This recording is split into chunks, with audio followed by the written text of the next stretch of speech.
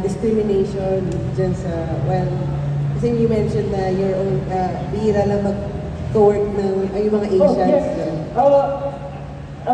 Kahit saan namang kahit whenever you go, kahit saan ka pumunta, even kahit sa Pilipinas, may discrimination. Totoo yan. Kahit na kalahi mo, pati-discriminate. Totoo yan. Basta alam yan na ng mga lumalabas sa bansa, or even though dyan sa Pilipinas, kumbaga lahat nakakaranas ng gano'n. Pero hindi naman totally yung worst. May mga minor lang, hindi tolerant maan.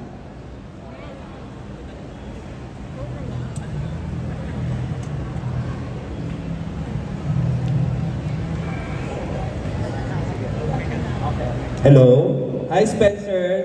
Tinatanong ng mga ate at tito, tita, tito, ilan na raw ba ang asawa doon? Ilan na raw ba naging anak mo? Para naman on the personal information about you. Family. Okay. Yeah? May asawa ka na ba? May asawa na ba? Nag-asawa na ba siya? Ilan na anak ko?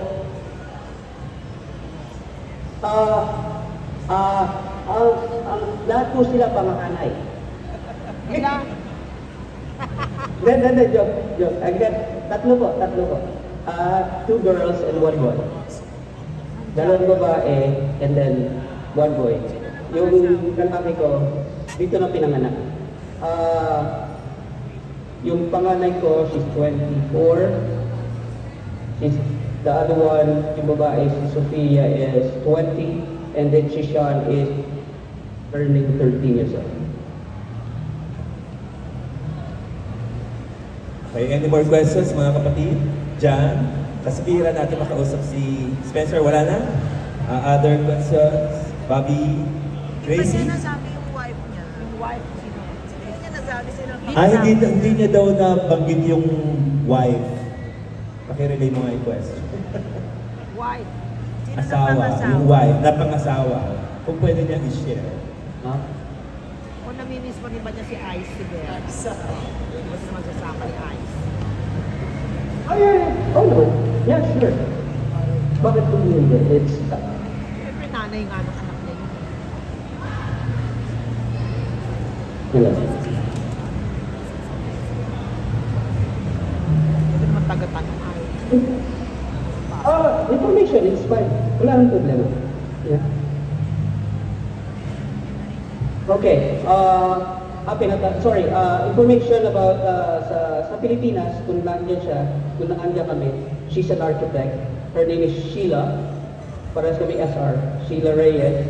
And then she's an architect dyan sa Pilipinas. But nung dumating siya dito, kinuha ko sila. Or, after nasa siya, he's working sa bangko. So, follow-up question lang. Spencer, pang-ilan si Aiza Sigera? Ayan ang sabi ko nga. Aiza, sabi ko. Pangilan daw si Spencer. Ay, pangilan daw si Aiza Sigera sa asawa mo, Joe. Hindi mo ba daw namimiss ang kalaptig mo noong 1990s na si Aiza Sigera?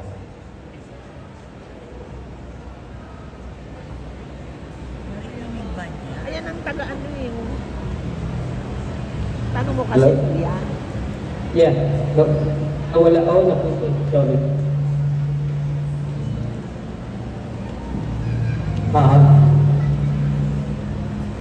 Ano ang memories mo kay Aiza Sigera? Meron ko kay Aiza Sigera yung tato. dahil sa kanya napatato. Ako. Pero dyan, kidding aside, syempre, mas maganda yung pinagsamahan namin ni Aiza. Kaya nung nagkita kami niyan, talagang usap talaga na kulitan lang. Pero mostly talaga sarap yung feeling yung magkita ulit kami. Kasi supportahan. Pero may time talaga minsan talaga. Narinig namin ito. Okay, our last set of questions will come from Romel Gonzalez from PEP. Spencer, gaano ka kasaya ano nararamdaman mo na nabigyan ng chance kayong mga dancers na magkaroon ng reunion concert? The first time yata. Doon sa kabila. Merong ano dun eh, may banda-banda eh. Priceless. And medyo kinikilabutan ako na iba yung feeling. It's para meron akong butterfly inside my Stomach. nanginginig ako yung parang pinag-ipunan ko talaga, pinagtanuhan ko talaga. And last na lang, wala bang chance na makumpleto kayo lahat sa reunion concert?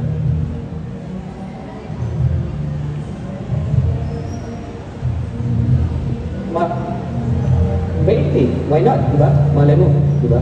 Hindi natin alam kung when, hindi natin alam kung how, but definitely it will happen. Because ito na yung nag-umpisa nagbukas na ng pinto si Madam Lee. So, after this, you never know. It's a concert.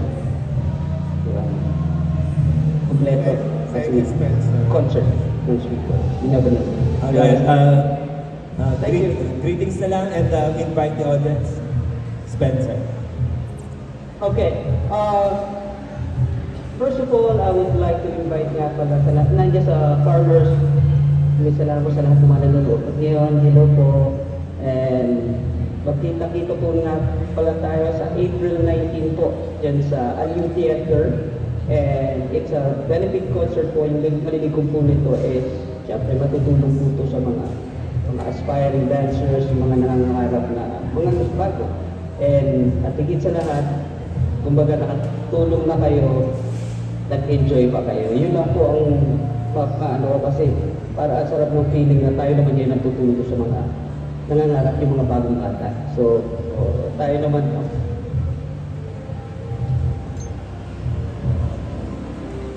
Wala na yung audio niya. Anyway, thank you so much, Uy, Spencer. thank you very much, Kaway Spencer. Kaway. I love you so Maraming much. salamat. Thank you. One part lang nabawas ko. April 13. Dami sinabi, no? April 13 po ang dating ni Spencer. Nakirap ako ng power bank. April 13 lang. Maiksi lang yung camera. Anyway, closing remarks na po tayo.